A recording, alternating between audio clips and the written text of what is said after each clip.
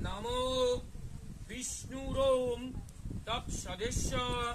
শ্রাবণ মাসে মকরাং রাশি ভাস্করায়ণ কৃষ্ণপক্ষে একাদশী মাং তীর্থম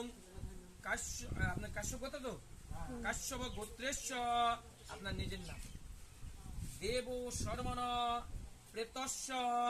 কাশ্যপ গোত্রেশ্ব